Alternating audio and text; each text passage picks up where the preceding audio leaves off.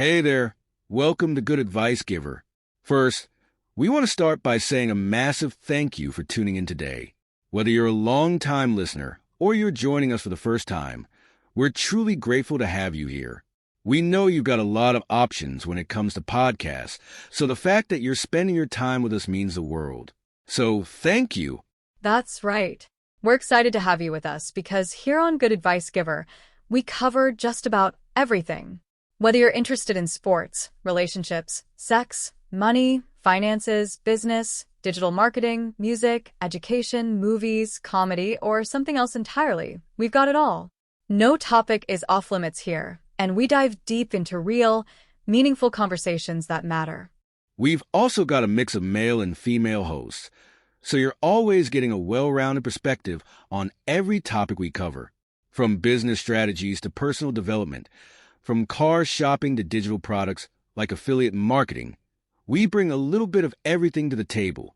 Our goal is to offer advice, insights, and some laughs along the way to make sure you feel welcome and engaged, no matter what brought you here. And it doesn't stop there. We're not just about giving great advice, we're about action. On this podcast, we even sell products and services we believe in, from affiliate marketing opportunities to cars and more.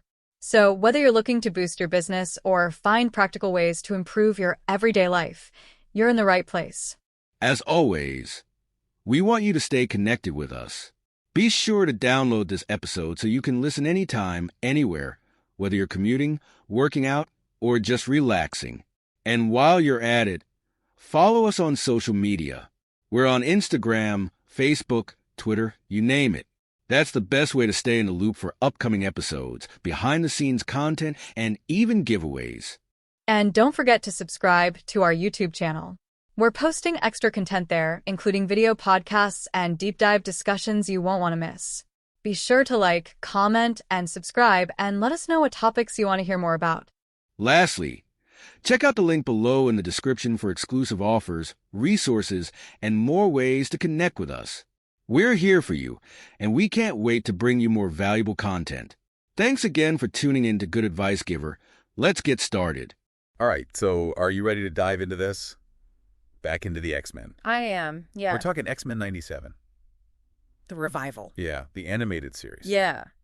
And this is more than just like a reboot, right? This is like picking up It is. where they left off. Yeah, directly from the last episode of the original 90s series. Which was a wild ending. It was a cliffhanger. Yeah. For sure.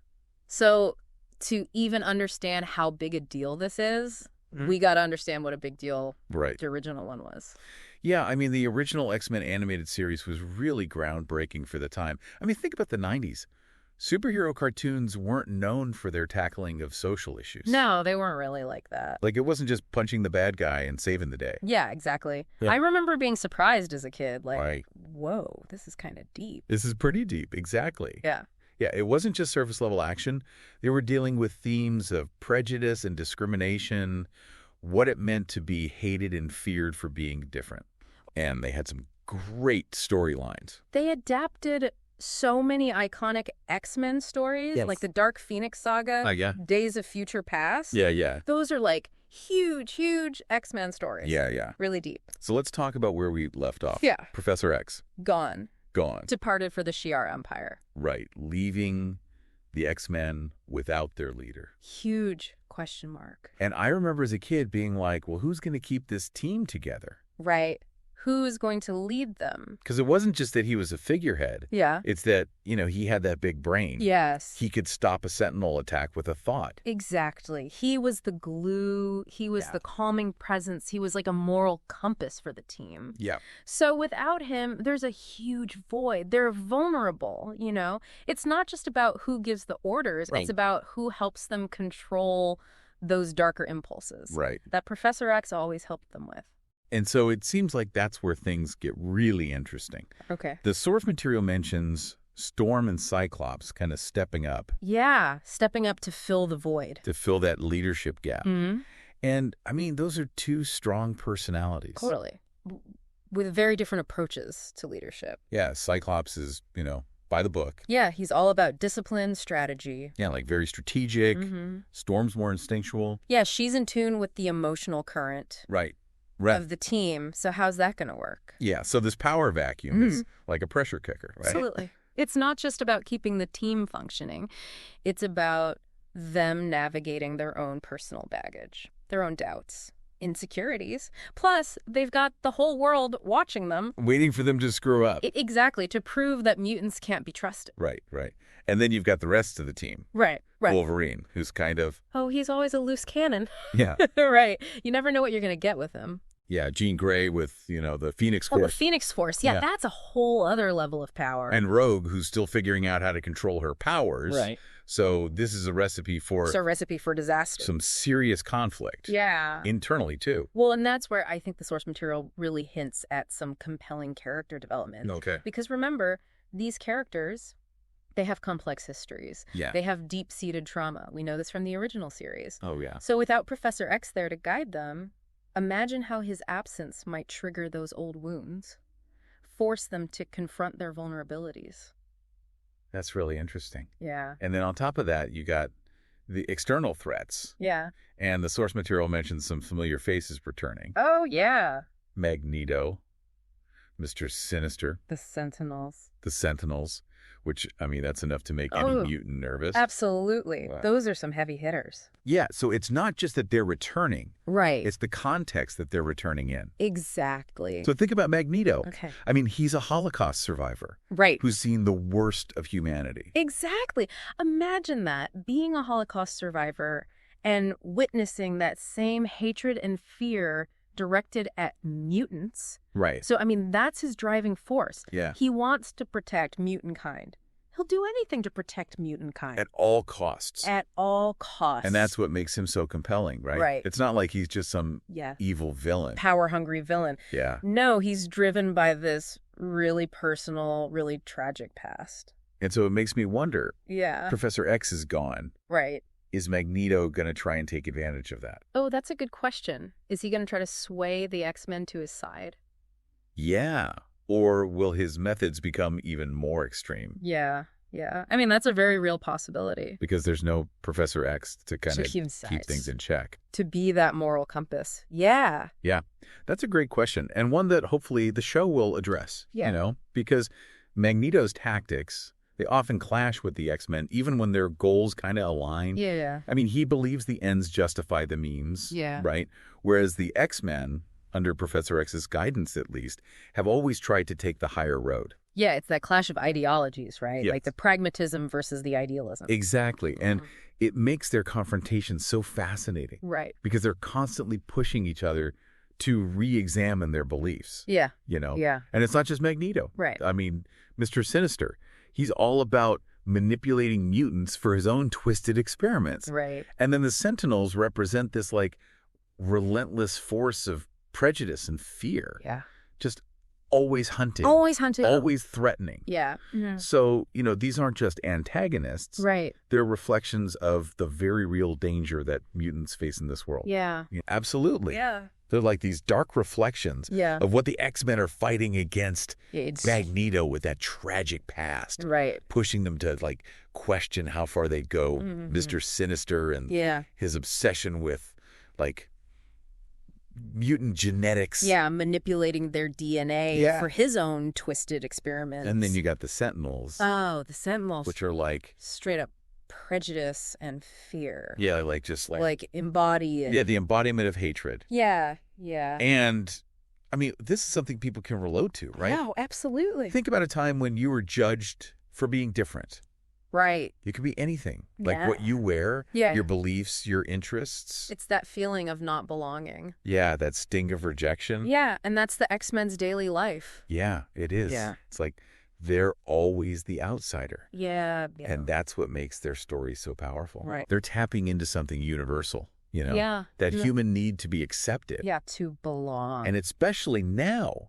When things are so divided, makes you wonder what this revival will specifically address. Right.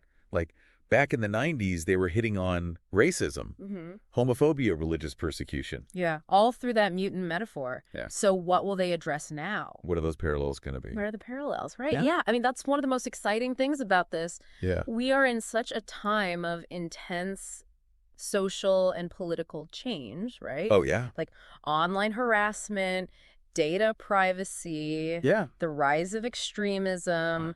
These are all themes that could very easily be explored through the X-Men. Oh, absolutely. Yeah. Like, they're like built for this. Yeah, yeah. They're not just fighting bad guys. Right. They're fighting for the right to just exist. Yeah, to be accepted for who they are. Yeah. And that resonates way beyond comic books, right? Yeah. Way beyond, yeah. Yeah. Absolutely. And then you've got the internal team stuff, too. Right.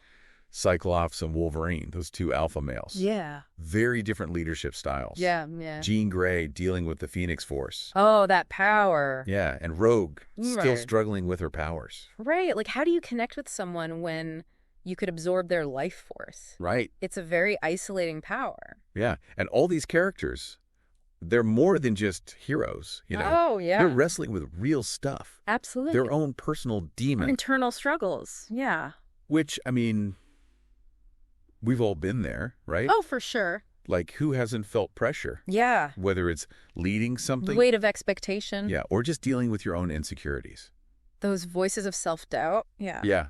And the X-Men remind us that even heroes, Mhm. they have flaws. Yeah. Even people with extraordinary powers. They face ordinary challenges. Right. Yeah. But, I mean, Yeah. part of the reason Mhm. everyone's excited for this Yeah. is the nostalgia. Oh, absolutely. It's the 90s animation style, the theme music. Oh, yeah. It's like stepping back in time. It takes you right back to Saturday morning cartoon. It does. In front of the TV. And that, look, it wasn't just about how it looked, right? No. It was about the feeling. Yeah, it was about conveying emotion. Yeah. Like Wolverine's rage. Yeah. Those claws slashing through the air. Yeah, or Storm Right. conjuring a hurricane. Yes.